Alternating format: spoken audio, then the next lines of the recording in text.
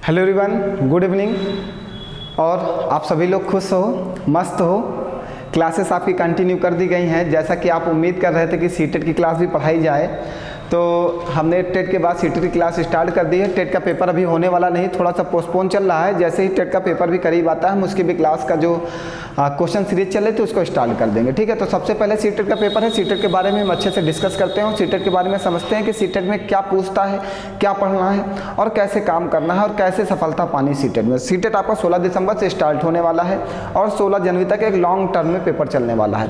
तो सभी लोग बिल्कुल मज़े से मस्ती करते हुए सीटेट की पढ़ाई करें और सीटेट निकाल लें, जिससे टेट की टेंशन थोड़ी सी कम हो जाए ना। सीटेट का पेपर बेहतरीन तरीके से दीजिए और जिससे टेट की टेंशन समाप्त हो। चलिए फिर स्टार्ट करते हैं। आज सीटेट की सेकंड क्लास है। हम अच्छे क्वेश्चनों के साथ आज आपके साथ मिलने वाले हैं, साझा करने वाले हैं कुछ। आइए, पहला प्रश्न कह रहा है गणित का पाठ्यक्रम कैसा होना चाहिए। भैया वो कोई भी सब्जेक्ट हो, उसका पाठ्यक्रम कैसा होना चाहिए। अगर आप टीचर हो, आपसे ही पूछा जाएगा प्रश्न, हम आपसे ही पूछ सकते हैं कि गणित का पाठ्यक्रम कैसा होना चाहिए, बताइए।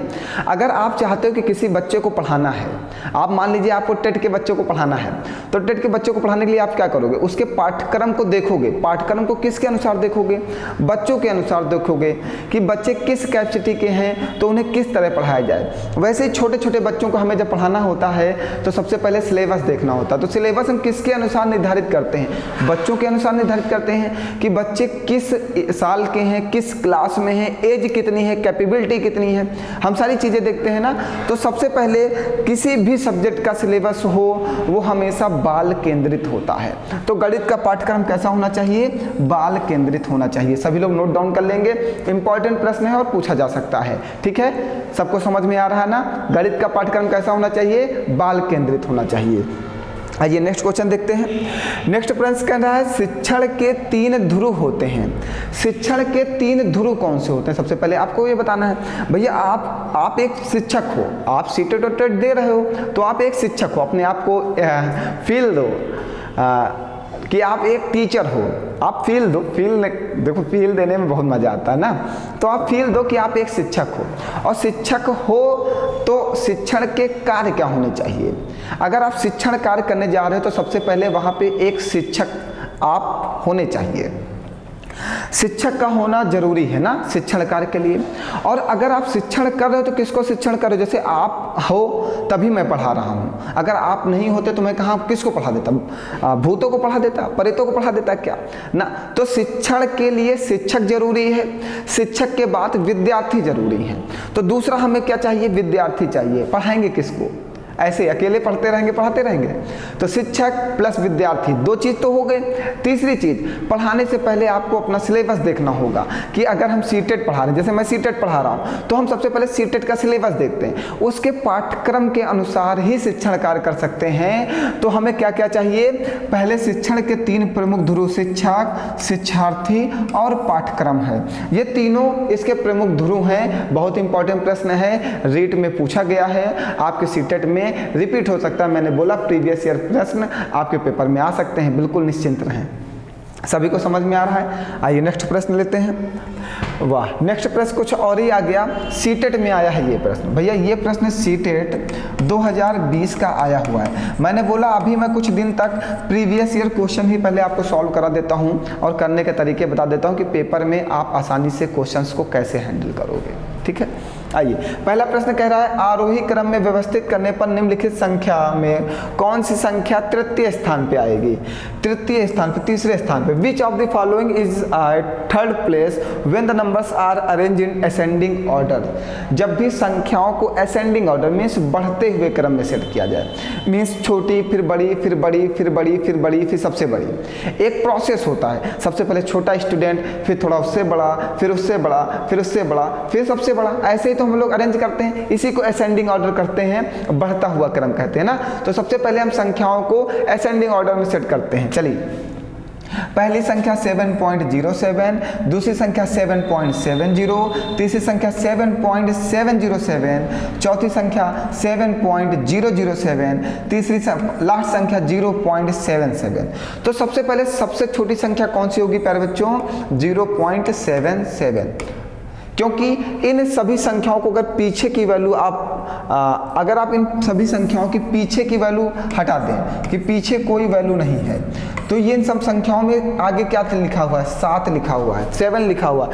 इस संख्या में क्या जो फर्स्ट वाली वैल्यू है 7 है, नहीं है ना, पॉइंट के पहले कोई वैल्यू ही नहीं है।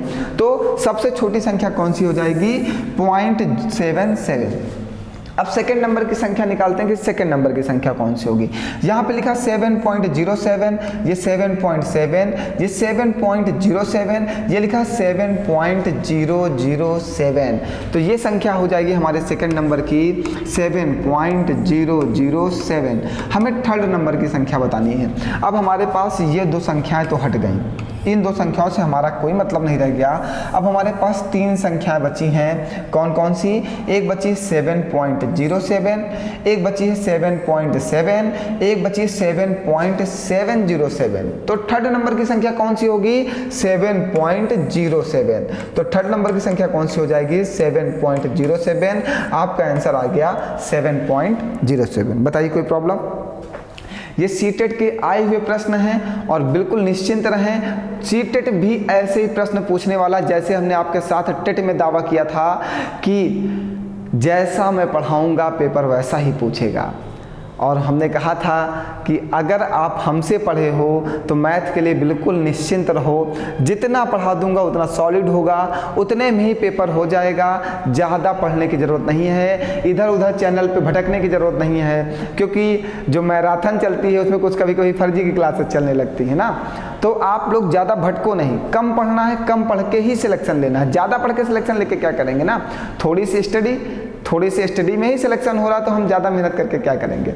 जितना मैं पढ़ाऊँ आप इसकी नोट्स बनाते चलो और पेपर के टाइम एक बार रिवीजन कर लो। 100% दावा है कि हमारा पढ़ाया वही आपके पेपर में आएगा, उससे बाहर नहीं आने वाला।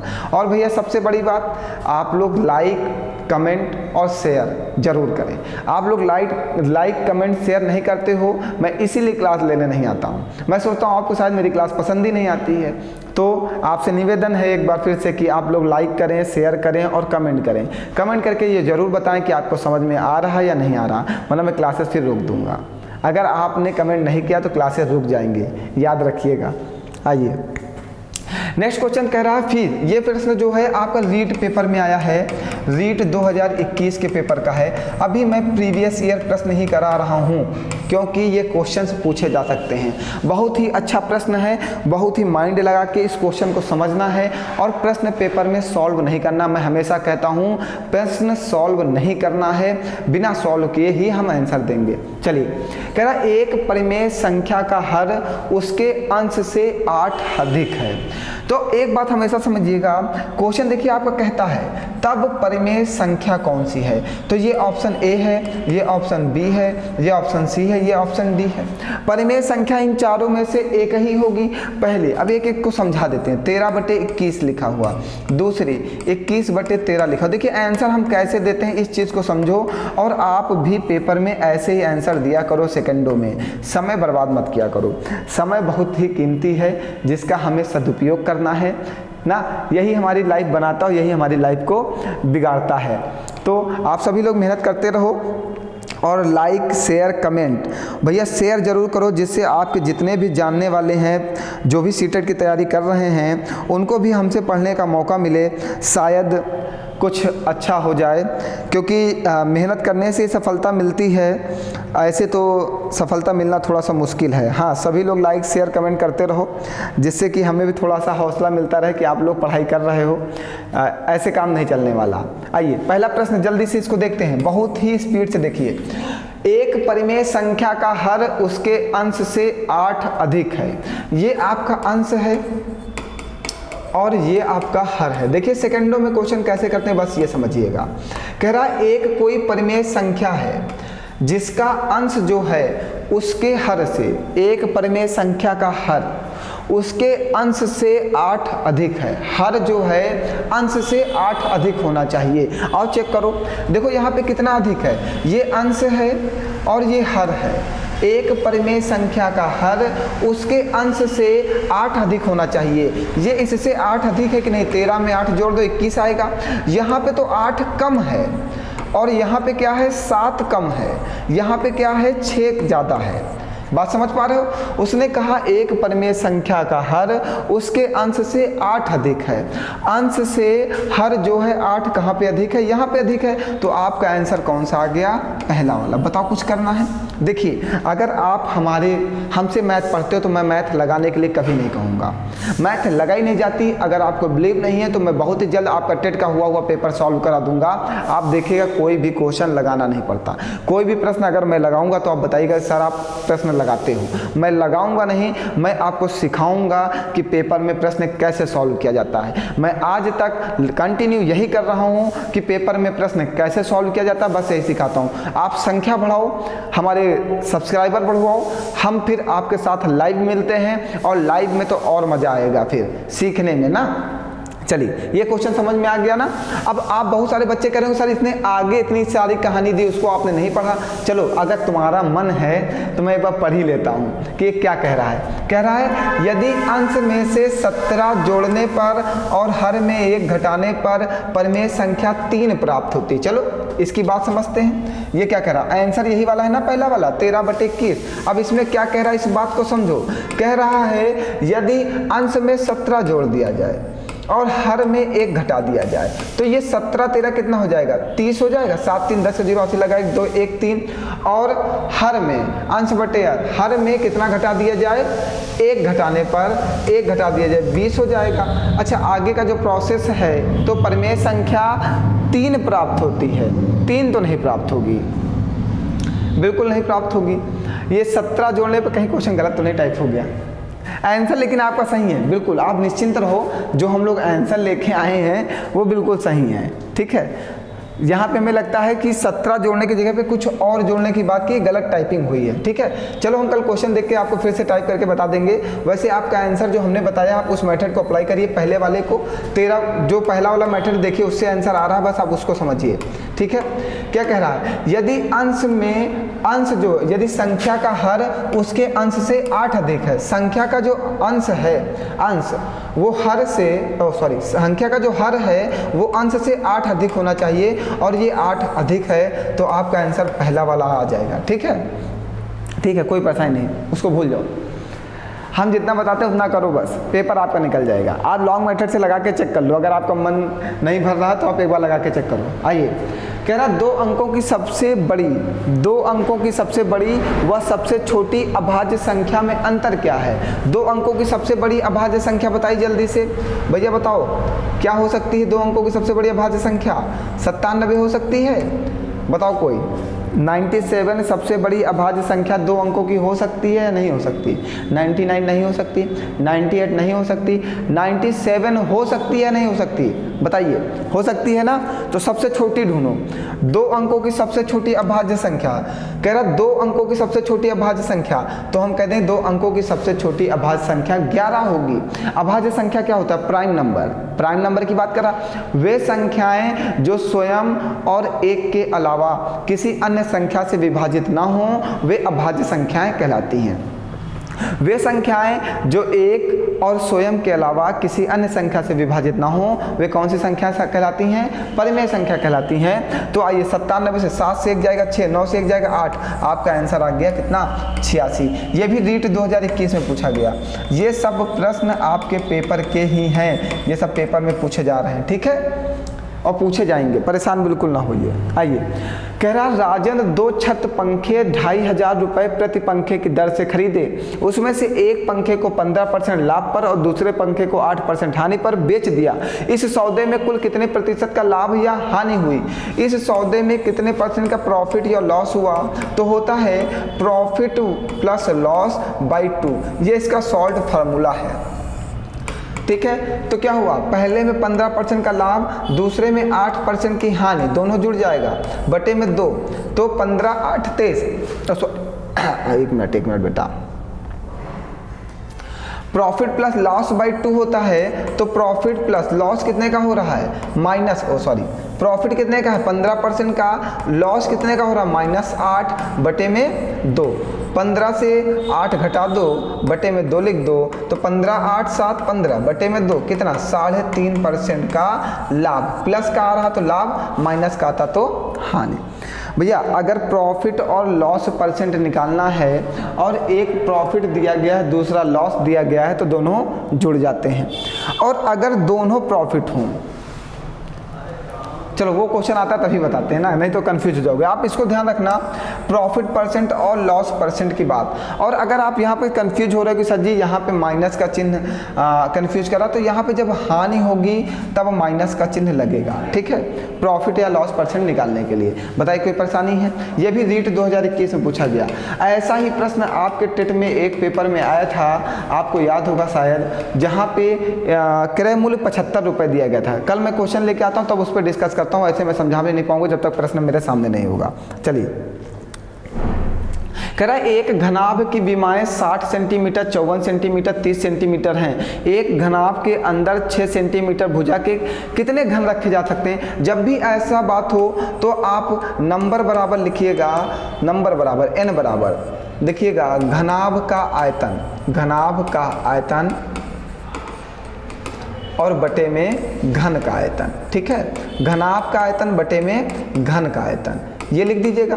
घनाभ का आयतन क्या होता है? L into B into H, और घन का आयतन क्या होता है? भुजा इंटू भुजा इंटू भुजा मीन्स a क्यूब। इसकी भुजाएं क्या दी गई? लंबाई 60, चौड़ाई 54 और ऊंचाई 30, ठीक है, बटे में 6 गुणे 6 गुणे 6, कैंसिल आउट करिए, 6 दहा 60, 6 पंचे 30, 6 नवा 54, 9 पचे 45, 450 घन बनाए जा सकते हैं या 450 घन उसके अंदर रखे जा सकते हैं। जब भी किसी चीज़ के अंदर कोई चीज़ रखी जाए तो हमेशा वहाँ पे आयतन वर्क करता है, तो आप याद रखिएगा नंबर बराबर घनाभ का आयतन बटे घन का आयतन। यह भी आपका प्रश्न रीट में पूछा गया, रीट 2021 में पूछा गया। देखिए कितने अच्छे प्रश्न पूछे जाते हैं।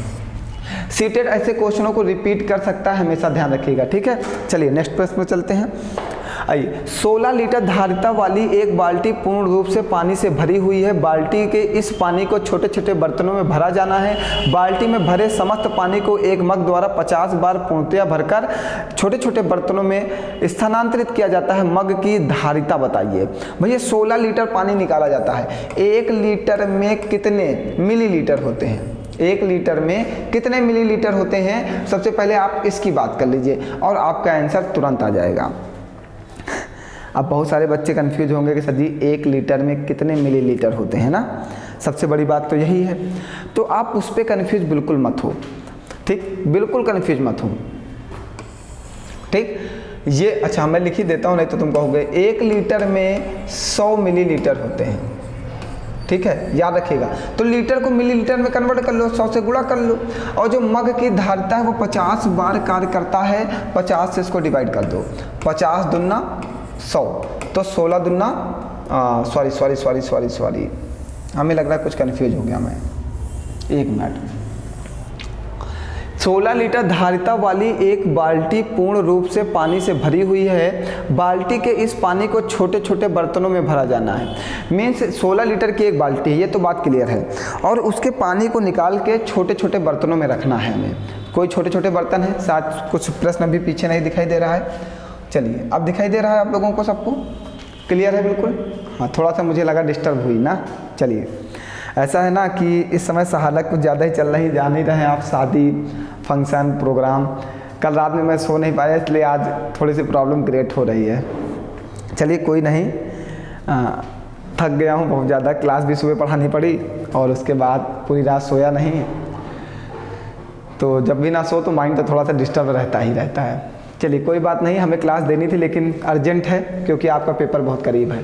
कह रहा है 16 लीटर बाल्टी है, 16 लीटर की एक बाल्टी है, उसकी धारिता वाली एक बाल्टी से पूर्ण रूप से पानी से भरी हुई है। बाल्टी के इस पानी को छोटे छोटे बर्तनों में भरा जाना है। बाल्टी में भरे समस्त पानी को एक मग द्वारा 50 बार पूर्णतया भरकर छोटे छोटे बर्तनों में स्थानांतरित किया जाता है। मग की धारिता बताइए।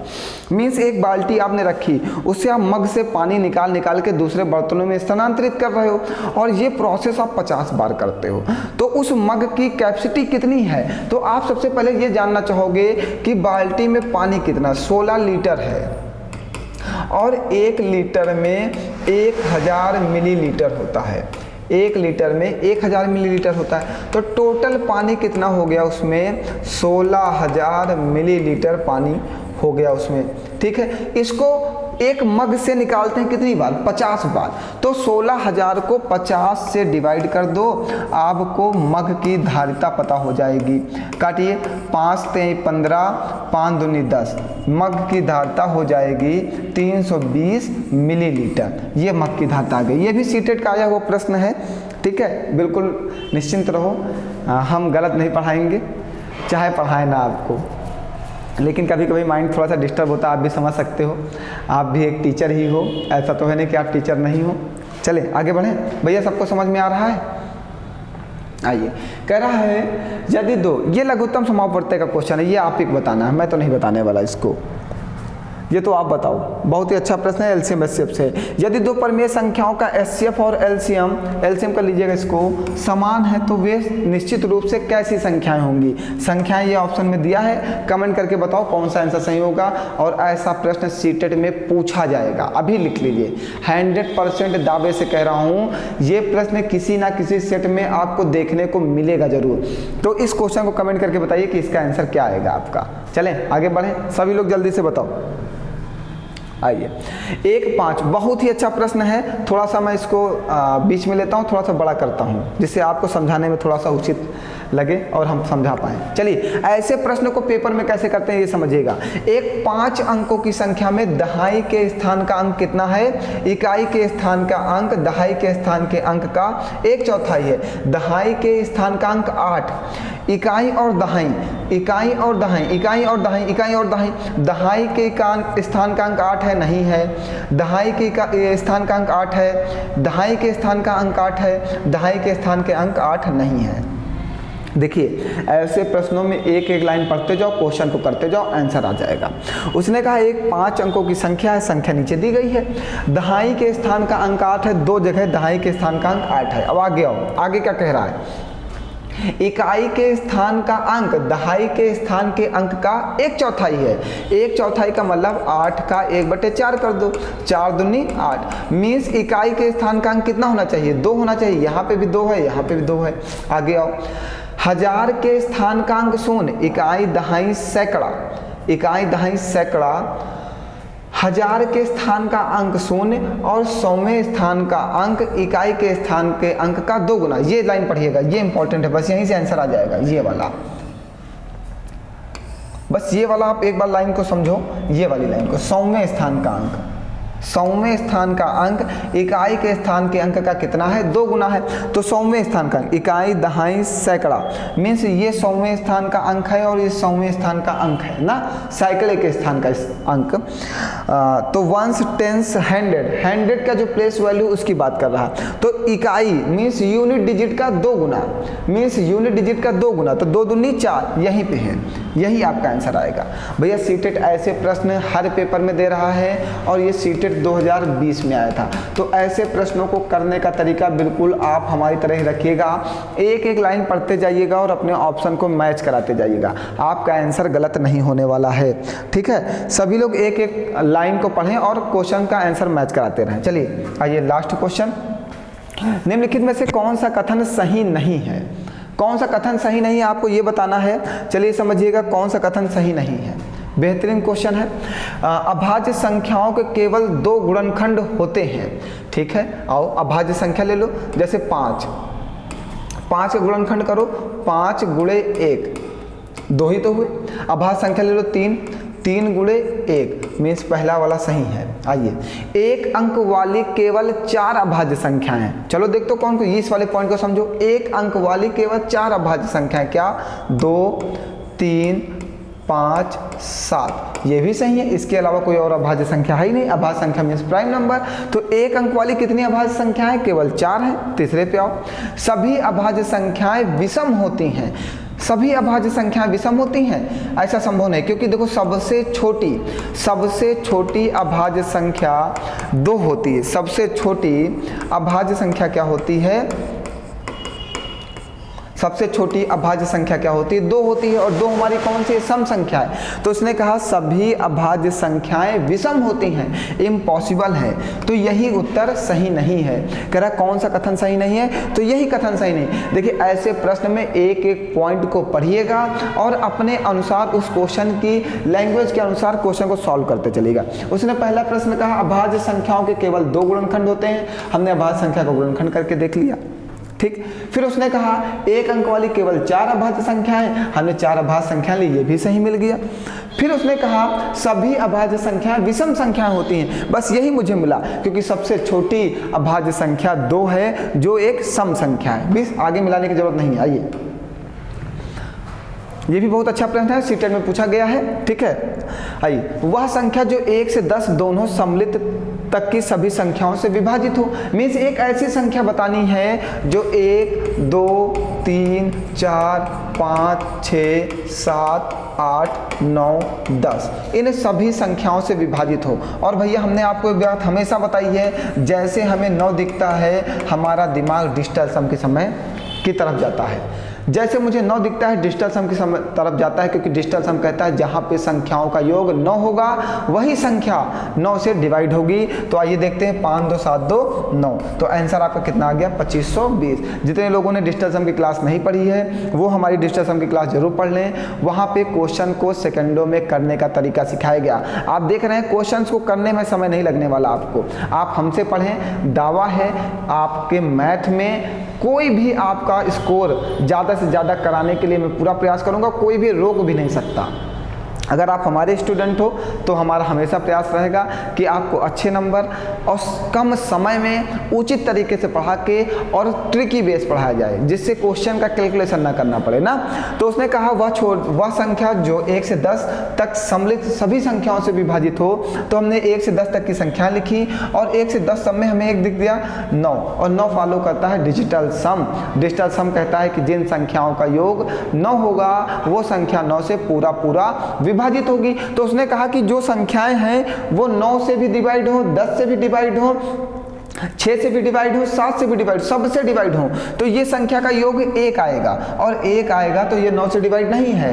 ये 6, 4, 10 1 आएगा, ये भी 9 से डिवाइड नहीं है। इसका योग 1 आएगा, ये भी 9 से डिवाइड नहीं है। यही संख्या जो है सभी संख्याओं से डिवाइड है। चलिए फिर मिलते हैं कल, आज के लिए इतना ही। बहुत सभी लोग मेहनत से पढ़ते रहना, ये ना कहना कि सर जी बहुत जल्दी में है। जल्दी में मैं बिल्कुल नहीं हूँ, बस थोड़ा सा काम रहते हैं, थोड़ा सा अर्जेंट वर्क रहते हैं, इसीलिए क्लास प्रोवाइड करना बहुत ज़रूरी है आपके लिए, क्योंकि अब मटेरियल मुझे कंटेंट बनाना है, कंटेंट अच्छा प्रोवाइड करना है। और हाँ, ऑफलाइन बैच के लिए बहुत ही अच्छी एक लाभदायक जानकारी है कि हमारे यहाँ कोचिंग में अब लाइब्रेरी की विशेष सुविधा उपलब्ध है। लाइब्रेरी में वाईफाई है, किताबें हैं, बैठ के पढ़ने की उचित व्यवस्थाएं हैं और फीस भी बहुत कम है। तो जितने भी बच्चे हमारे बाराबंकी के हैं, अगर वो लाइब्रेरी ज्वाइन करना चाहते हैं तो वो एक बार आएँ और ज्वाइन करें और देखें पढ़ाई का एटमॉस्फेयर कैसे चेंज किया जा सकता है। क्योंकि लाइब्रेरी में मैं खुद अवेलेबल रहता हूँ, लगभग 4 से 5 घंटे मैं खुद स्टडी करता हूँ वहाँ पे, तो आप भी